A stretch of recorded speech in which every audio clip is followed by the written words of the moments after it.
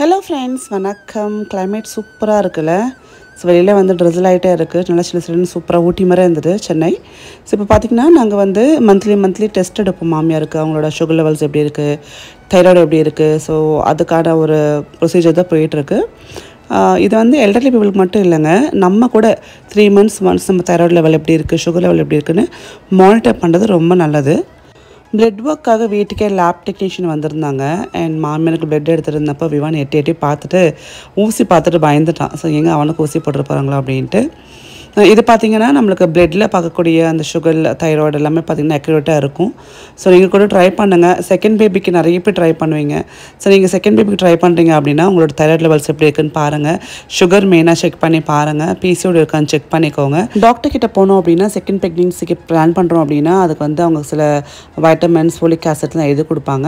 So இது வந்து நீங்கள் வந்து ப்ரெக்னென்ட் ஆகிறப்போ உங்களுக்கு இன்னும் நல்ல ஸ்ட்ரென்த் கொடுக்கும். ஸோ அந்த மாதிரி பிளான் பண்ணி நீங்கள் வந்து இதெல்லாத்தையும் வந்து செக் பண்ணிக்கோங்க. ஸோ விவான் ரொம்ப பயந்துட்டு உள்ள ஒழிஞ்சிக்கிட்டாராம். அண்ட் இப்போ பார்த்தீங்கன்னா லவ் லேப்பில் 99% பிளான் பேஸ்டு வாட்டர் வைப்ஸ் வந்திருக்குங்க. இந்த பேக்கில் மொத்தம் 72 வைப்ஸ் இருக்குங்க. அண்ட் இது பார்த்திங்கன்னா உங்களுக்கு கெமிக்கல்ஸ் கிடையாது, ஃபுல்லாக டெர்மட்டாலஜி டெஸ்ட் பண்ணியிருக்காங்க. அண்ட் இதில் பார்த்திங்கன்னா உங்களுக்கு பேரபன் கிடையாது, ஆல்கஹால் கிடையாது. ஸோ தாராளமாக கிட்ஸ்க்கு யூஸ் பண்ணலாம். அண்ட் இதில் வந்து 99% பியூர் வாட்டர் இருக்கிறதுனால ஃபேஸ் துடைக்கிறதுக்கு, கை கால் துடைக்கிறதுக்கு ரொம்ப ஆப்டாக இருக்கும். அண்ட் சீலே பாருங்கள், மேலே டபுள் சீல் கொடுத்துருக்காங்க. அதாவது ஒரு பாக்ஸ் மாதிரி அந்த லிட் கொடுத்துட்டு அதுக்குள்ளே வந்து ஒரு தின் லேயர் கொடுத்துருக்காங்க. ஒரு பைப்புமே நல்லா வந்து திக்காக இருக்குது. நம்மளுக்கு ஒரு துணி எப்படி இருக்கும் அந்த மாதிரி நல்லா திக்காகவும் நிறைய வாட்டரும் வந்து அதில் இருக்குது. ஸோ இது நம்மளுக்கு வந்து அந்த ஃபேஸ் அண்ட் ஹேண்ட்லாம் வந்து க்ளீன் பண்ணுறதுக்கு ரொம்ப ரொம்ப கன்வீனியண்ட்டாக இருக்கும். இது வந்து டெர்மட்டாலஜி டெஸ்ட் பண்ணுறதுனால கிட்ஸுக்கு வந்து எந்த விதமான ரேஷஸ்லாம் வராது. இங்கே பாருங்கள், நான் பிழிகிறேன், எவ்வளோ வாட்டர் வருது பாருங்கள். ஸோ இவ்வளோ வந்து வாட்டர் இந்த வைப்ஸில் இருக்குது. ஸோ உங்களுக்கு இந்த ப்ராடக்ட் வேணும் அப்படின்னா இந்த ப்ராடக்ட் லிங்க் டிஸ்கிரிப்ஷன் பாக்ஸில் கொடுத்துருக்கேன், செக் பண்ணி பாருங்கள். கண்டிப்பாக குட்டீஸ் இருக்காங்கன்னா கையில் இதை கண்டிப்பாக வச்சுக்கணும். வெளியில் போனாலும் சரி, வீட்டில் இருந்தாலும் சரி, வீட்டில் இருந்தால் கூட வாஷ் பண்ணிக்கலாம். நம்ம வெளில போகிறப்போ நம்மளுக்கு கண்டிப்பாக தேவைப்படும். ஸோ ஃபேஸ் துடைக்கிறதுக்கு, அதே மாதிரி கை காலம் துடைக்கிறதுக்கு ரொம்ப யூஸ்ஃபுல்லாக இருக்கும். நான் விவானுக்கு வந்து ஃபஸ்ட்லேருந்து லவ் வெப்ஸ் தான் யூஸ் பண்ணேன். பட் இப்போது வந்து இந்த வாட்டர் வெப்ஸ் ரொம்ப யூஸ்ஃபுல்லாக இருக்கும். ஸோ இதெல்லாம் முடிச்சுட்டு பார்த்தீங்கன்னா நான் வந்து கோயம்புத்தூருக்கு ட்ராவல் பண்ணி கிளம்பிட்டேன். எதுக்கு அப்படின்னு சொல்லிட்டு யோசிக்கிறீங்களா? ஆக்சுவலாக ஒரு வேண்டுதல் இருக்குங்க, அதுக்காக தான் வந்து கோயம்புத்தூருக்கு வந்திருக்கேன். வந்த முதல் நாளே முருகர் வந்து மயில் ரூபத்தில் தரிசனம் கொடுத்துட்டாரு. நான் என் ஃப்ரெண்ட் வீட்டில் தான் ஸ்டே பண்ணியிருந்தேன். ஒரு 3 days வந்து ட்ரிப் போயிருந்தேன். ஸோ ஃபஸ்ட்டு வந்து இறங்கின உடனே அந்த ஈவினிங் பார்த்தீங்கன்னா முருகர் வந்து அழகாக மயில் ரூபத்தில் வந்து சுற்றி அப்படியே வந்து நமக்கு வந்து காட்சி கொடுத்துட்டு இருந்தார். ரொம்ப சந்தோஷமாக இருந்தது. ஸோ இந்த என்டையர் ட்ரிப்பே பார்த்திங்கன்னா ஒரு டிவோஷனல் ட்ரிப்புன்னு சொல்லலாம். அதாவது மோஸ்ட்லி ஒரு 2 நாள் வந்து நம்ம டிவோஷனில் தான் போகிறோம். அதுக்கப்புறம் தான் ஒரு இன்ப சுற்றுலா மாதிரி வச்சுக்கலாம். ஸோ ஃபஸ்ட் டே பார்த்திங்க அப்படின்னா இறங்கி கொஞ்சம் நேரம் ஷாப்பிங் போகிறதுக்காக நான் வெளில போயிட்டேன். செகண்ட் டே தான் வந்து நம்ம முக்கியமான இடத்துக்கு போக போகிறோம். எனக்கு ஒரு வேண்டுதல் இருந்தது. அந்த வேண்டுதல் நிறைவேறதுக்காக மருதமலை முருகர் கோயிலுக்கு போயிட்டுருக்கோம். ரொம்ப ஹாப்பியாக நானும் என் ஃப்ரெண்டும் கிளம்பிட்டோம். ஸோ இன்றைக்கி வந்து அவங்க வண்டியில் தான் போகிறோம். முதல்ல அவங்க போகிறப்ப பார்த்திங்கன்னா நம்ம கார்லேயே மேலே மலை வரலையும் போகலாமா. பட் இப்போ கும்பாபிஷேகம், நான் போகிற டைமில் இந்த கும்பாபிஷேகத்துக்கான அந்த வேலைகள் நடந்துட்டு இருந்ததுனால மலை மேலே வந்து நம்ம காரெல்லாம் வந்து அலோவ் பண்ணல. ஸோ காரெல்லாம் கீழே இந்த மாதிரி ஒரு இடத்துல பார்க் பண்ணிவிட்டு நம்ம தனியாக ஒரு பஸ் பிடிச்சி போகணும். அந்த பஸ் பார்த்திங்கன்னா கவர்மெண்ட் பஸ் அங்கே அவங்க அலோகேட் பண்ணியிருக்காங்க. டிக்கெட் வாங்கி கீழே இருந்து மேலே மலைக்கு வந்து அவங்க கூட்டிகிட்டு போகிறாங்க. ஸோ ரொம்ப ஹாப்பியாக இருந்துருங்க. சாமிக்கு அர்ச்சனை வாங்கியாச்சு. இப்போ வந்து பஸ்ஸில் தான் மேலே போகணும். நம்ம கார் அலோடு கிடையாது. அதனால இப்போ வந்து பஸ் டிக்கெட் வாங்கிட்டு நம்ம வந்து லாஸ்ட் டைம் வந்து நாங்கள் வரும்போது கார் எல்லாமே அலோட் பண்ணாங்க. இப்போ மேலே கும்பாபிஷேகம் நடந்துட்டுருக்கோம். ஓகே, அதனால் இப்போ வந்து கார் அலோடு கிடையாது. நம்ம கவர்மெண்ட் பஸ் அவங்க வச்சுருக்காங்க. டிக்கெட் வாங்கிட்டு போகலாம். ஓகே, லேட்டாக முருகர் அருள் கொடுத்தாலும் நல்லா சூப்பராக கொடுத்தாருன்னு சொல்லலாம். அவ்வளோ அழகான ஒரு பயணம், ரொம்ப சந்தோஷமாக இருந்தது. கீழே இருந்த மேலே அந்த ட்ராவல் வந்து பஸ்ஸில் போகிறப்போ அது முன்னாடி சீட்டில் உட்காந்துட்டோம் நாங்கள். ரொம்ப அழகாக அந்த ரோடெல்லாம் பார்த்துக்கிட்டே நல்லா வந்து அந்த வளைவு நெளிவோடு போகிறப்போ உண்மையிலே ரொம்ப நல்ல எக்ஸ்பீரியன்ஸாக இருந்தது. அருள்மிகு சுப்பிரமணிய சுவாமி திருக்கோயிலோட அந்த மருதமலைக்கு போகக்கூடிய வண்டி இது தான். ஸோ நாங்கள் முன்னாடி இந்த சீட்டில் உட்காந்துக்கிட்டோம். இங்கே இருந்த வியூ நல்லாயிருக்கும், நம்மளுக்கு வீடியோ எடுக்கிறதுக்கு நல்லாயிருக்கும்னு சொல்லி மெயினாக உட்காந்தது. அண்ணா சூப்பராக வண்டியை ஓட்டினார். நம்மளுக்கு நார்மலாக 2 வீலரே பார்த்திங்கன்னா இந்த மாதிரி ரோட்டில் போகிறதுக்கு பயமாக இருக்கும். பட் அண்ணன் வந்து அந்த ரோட்டில் அப்படியே அனாயாசமாக வந்து சூப்பராக வந்து ஓட்டிட்டான்னு சொல்லலாம். ஆக்சுவலாக நாங்கள் வந்து லாஸ்ட் டைமே மருதமலை கோயிலுக்கு வர வேண்டியது. காலையில் கிளம்புறோம் அப்படின்றப்போ ரொம்ப டயர்டாக இருக்குது, ஈவினிங் போகலாம் அப்படின்னு பிளான் பண்ணோம். பட் ஈவினிங் கரெக்டாக ரெடி ஆகிட்டு போகிற டைமில் வந்து ஒரு அன்எக்ஸ்பெக்டட் சுச்சுவேஷன்ஸில் கோயிலுக்கு போக முடியல. அதுக்கப்புறம் வந்து நான் சென்னை கிளம்பி வந்துட்டேன். எப்படி நம்ம முருகர் நம்மளை பார்க்காம வருது அப்படின்னு ஒரு வைரகத்தோடு திருப்பி வந்து இந்த வாட்டி வந்தேன். உன்னை பார்த்தே தீரணும் முருகா அப்படின்ட்டு ஒரு வேண்டுதல் வச்சுருந்தேன் மனசில். அதுக்கேற்ற மாதிரி அவரும் ரொம்ப அழகாக கொஞ்சம் சோதிச்சு நம்மளுக்கு வந்து அருள் அந்த காட்சி கொடுத்துறான்னு சொல்லலாம். மேலே போயிட்டோம்.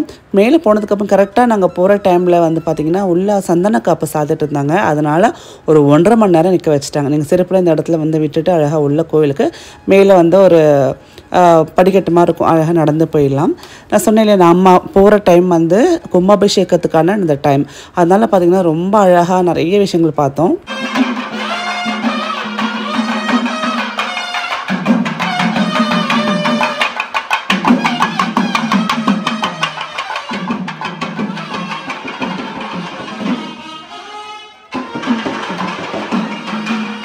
ஸோ முதல் நாள் கோவிலுக்கு போய்ட்டு சூப்பராக நம்ம தரிசனம் பார்த்துட்டு வந்துட்டோம். செகண்ட் டே வந்து பார்த்திங்கன்னா இப்போ நம்ம எங்கே போகிறோம் அப்படின்னா மோஸ்ட் ஃபேவரட்டான பிளேஸ் கோயம்புத்தூர்னாலே இதுதான் அப்படின்ற மாதிரி ஒரு பிளேஸ். அதுதான் நம்ம ஈஷாக்கு போகிறோம். ஸோ ஈஷாக்கு வந்து போகணுன்னு லாஸ்ட் டைமும் முடிவு பண்ணோம், போக முடியல. ஸோ இந்த ட்ரிப் அதாவது இப்போ நாங்கள் போகிற இடம்லாம் லாஸ்ட் டைம் போகணும்னு நினச்சி போக முடியாமல் தடங்கலான இடம் தான். ஸோ நிறைய பேர் ஈஷாக்கு போயிட்டு வீடியோலாம் போடுவாங்க, பார்க்க ரொம்ப ஆசையாக இருக்கும். என் ஃப்ரெண்டே சொல்லியிருக்க சூப்பராக இருக்கும், நைட்டில் வந்து அந்த லைட் ஷோ சூப்பராக இருக்கும் அப்படின்னு சொல்லியிருந்தேன். அதனால தான் நான் கரெக்டாக அந்த லைட் ஷோ போகிற டைமில் தான் நாங்கள் வந்து போயிருந்தோம். ஒரு 7:30 மணிக்கு ஸ்டார்ட் பண்ணாங்கன்னு நினைக்கிறேன். கரெக்டாக நம்ம கேப் அண்ணா வந்து 7:15 கொண்டு போய் உள்ள விட்டுட்டாரு. ரொம்ப ரொம்ப ரொம்ப கரெக்டான டைமில் போய் இறங்கிட்டோம். ஸோ உட்காந்துட்டோம். உள்ளே பார்த்துன்னு வச்சுக்கோங்க, நிறைய பேர் வர ஆரம்பித்தாங்க. டெய்லியுமே கூட இவ்வளோ பேர் வராங்க. அப்போ சிவராத்திரி அன்றைக்கி யோசிச்சு பாருங்கள், அதனால தான் அவ்வளோ கூட்டமாக இருக்காங்க. ஒரு என்னமோங்க ஒரு விதமான ஃபீல் இருக்குங்க அந்த இடத்துல. அது எத்தனை பேர் என்ன சொல்லுவாங்க தெரியல, பட் அந்த இடத்துல ஒரு ஃபீல் இருக்குது, கண்டிப்பாக இருக்குது. நீங்கள் போகலன்னு ஒரு வாட்டி போய் பாருங்கள், ஃபீலை கண்டிப்பாக நீங்கள் அதை ஃபீல் பண்ணுவீங்க, அந்த ஃபீலை நான் என்ன சொல்கிறேன்ட்டு. ஸோ கீழே உட்காந்துட்டோம், நானும் என் ஃப்ரெண்ட் அப்படியே உட்காந்துட்டோம். இப்போ லைட் ஷோ ஸ்டார்ட் ஆச்சுங்க. ஐயோ ஏன் கேட்குறீங்க, அந்த மியூசிக்குக்கும் அந்த லைட் வரத்துக்கும் அப்படியே உடம்புல சிலுக்க ஆரம்பிச்சிருச்சு. ஆதி யோகியோட அந்த ஒரு வண்ணத்தில் அந்த சிலையை பார்க்குறது அவ்வளோ அற்புதமாக இருந்ததுங்க. எனக்கு ஃபஸ்ட் டைம் அப்படின்றதுனால இந்த எக்ஸ்பீரியன்ஸ் என்னால் சொல்ல முடியல. First experience always best experience அப்படின்வாங்க. அது எதுவாக இருந்தாலும் சரி, ஒரு பயணமாக இருந்தாலும் சரி, ஒரு வேலையாக இருந்தாலும் சரி, ஃபஸ்ட் எக்ஸ்பீரியன்ஸ் அது வந்து நம்மளால் மறக்கவே முடியாது. நம்ம ஃபஸ்ட் டைம் நான் ரொம்ப நாளாக வந்து பார்க்கணும்னு நினச்ச விஷயத்த பார்க்குறப்போ அவ்வளோ அழகாக, அவ்வளோ கண்ணுக்கு வந்து நிறைவாக இருந்தது. பாருங்கள் அந்த கலர்ஸ், அந்த லைட்ஸ்லாம் சூப்பராக இருக்குது. அண்ட் இது அர்த்தநாரீஸ்வரராக மாறினார். அந்த கண்ணுக்குள்ளே ஒரு உயிர் இருக்குங்க. நான் அப்படி ஜூம் பண்ணி காட்டுறேன் பாருங்கள், அது என்னால் ஃபீல் பண்ண முடிஞ்சது. அவர் கண் அப்படி மூடுறப்போ அந்த கண் வந்து பாதி திறந்த நிலையில் இருக்கிறப்போ ஒரு உயிர் இருக்கிற மாதிரியே இருக்கும் பாருங்கள் அந்த கண்ணுக்கு. ஸோ அவ்வளோ அழகாக லைட் செட் பண்ணியிருந்தாங்க.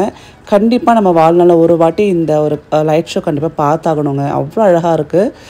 ஒரு சிலை மேலே எவ்வளோ அழகான டெக்னாலஜி வச்சு நம்மளே வந்து என்னடா இதுன்ற மாதிரி யோசிக்கிற மாதிரி ஒரு படைப்புன்னு சொல்லலாம். அவ்வளோ அழகாக இருந்தது. ஸோ லைட் ஷோலாம் முடிஞ்சதுக்கப்புறம் ஆரத்தி கொடுத்தாங்க. ஆரத்தி கொடுத்துட்டு அதோட முடிச்சுக்கிட்டாங்க. அதுக்கப்புறம் உள்ளே வந்து தியானம் அந்த லிங்கம்லாம் இருக்குது. நாங்கள் அதுக்கெலாம் போகல. நான் மெயினாக வந்து லைட் ஷோ பார்த்துட்டு நாங்கள் அதோட கிளம்பி வந்துட்டோம். ஏன்னா நானும் என் ஃப்ரெண்டு மட்டும் தான் வந்தோம். கிட்ஸ்லாம் யாரும் கூப்பிட்டு வரலனால சீக்கிரமாக வந்து வைண்ட் ஆஃப் பண்ணிவிட்டு வந்துட்டோம். டே 3 இன்றைக்கி தான் கடைசி நாள். அதுக்கு மறுநாள் நான் வந்து சென்னை கிளம்புறேன். இன்றைக்கி நம்ம எங்கே போகிறோம்னு பார்த்தீங்கன்னா கொடநாடு போகலாம். ஸோ கிளைமேட் வந்து நல்லா இருக்குன்னு சொல்லி முடிவு பண்ணி ஃப்ரெண்ட் ஃபேமிலியோட கொடநாடு கிளம்பிட்டேன்.